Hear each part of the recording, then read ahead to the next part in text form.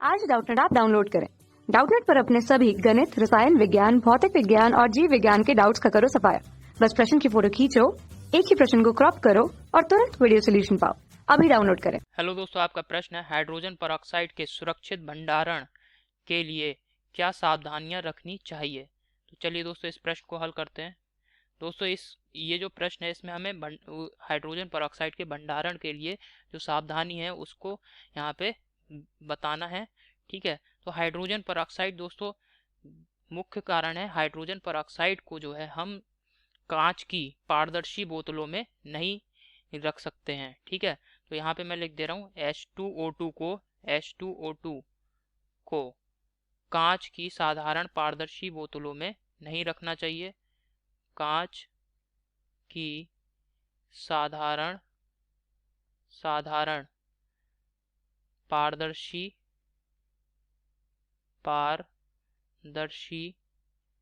बोतलों में नहीं रखना चाहिए। बोतल, ठीक है, बोतलों में नहीं रख सकते हैं। बोतलों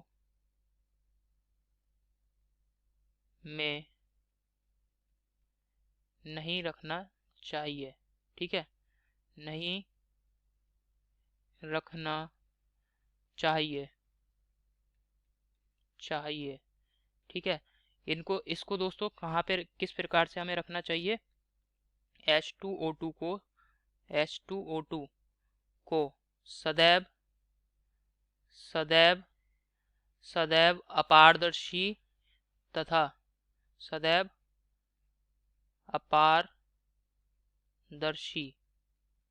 तथा गहरे रंग की बोतलों के अंदर, ठीक है, अपारदर्शी प्लास्टिक की गहरे रंग की बोतलों में भर के रखना चाहिए। ठीक है, अपारदर्शी तथा गहरे रंग की, ठीक है, गहरे रंग की बोतलों में, ठीक है, गहरे रंग की बोतलों में रखना चाहिए। बोतलों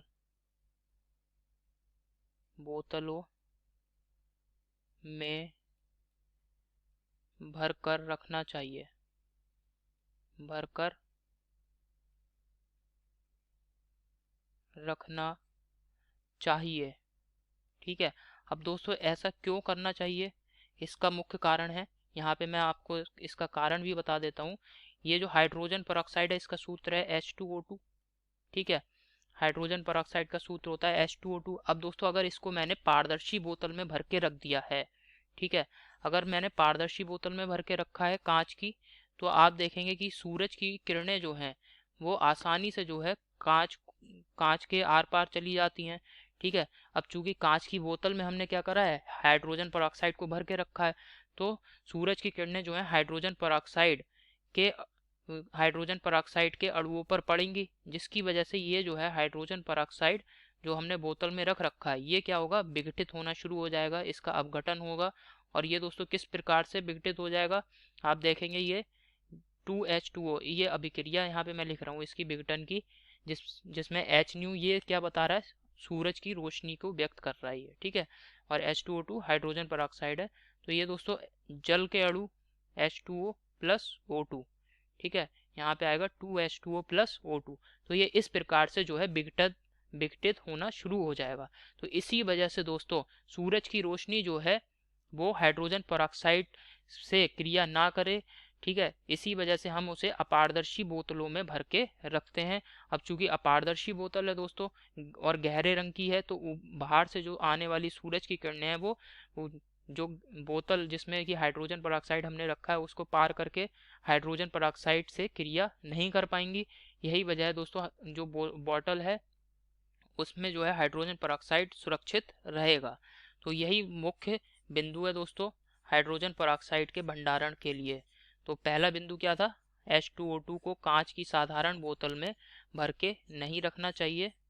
ठीक है, नहीं रखना चाहिए।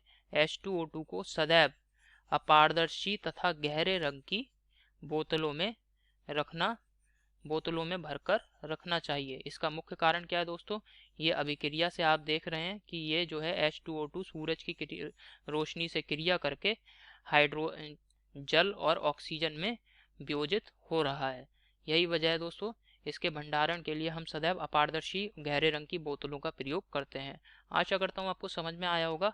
धन्यवाद। कक्षा 6 से 12वीं से लेकर नीट, IIT, JEE वो एडवांस के लेवल तक 1 करोड़ से ज्यादा छात्रों का भरोसा। आज ही डाउनलोड करें डाउटनेट ऐप या व्हाट्सएप करें अपने सारे डाउट्स 8400 400 400 पर।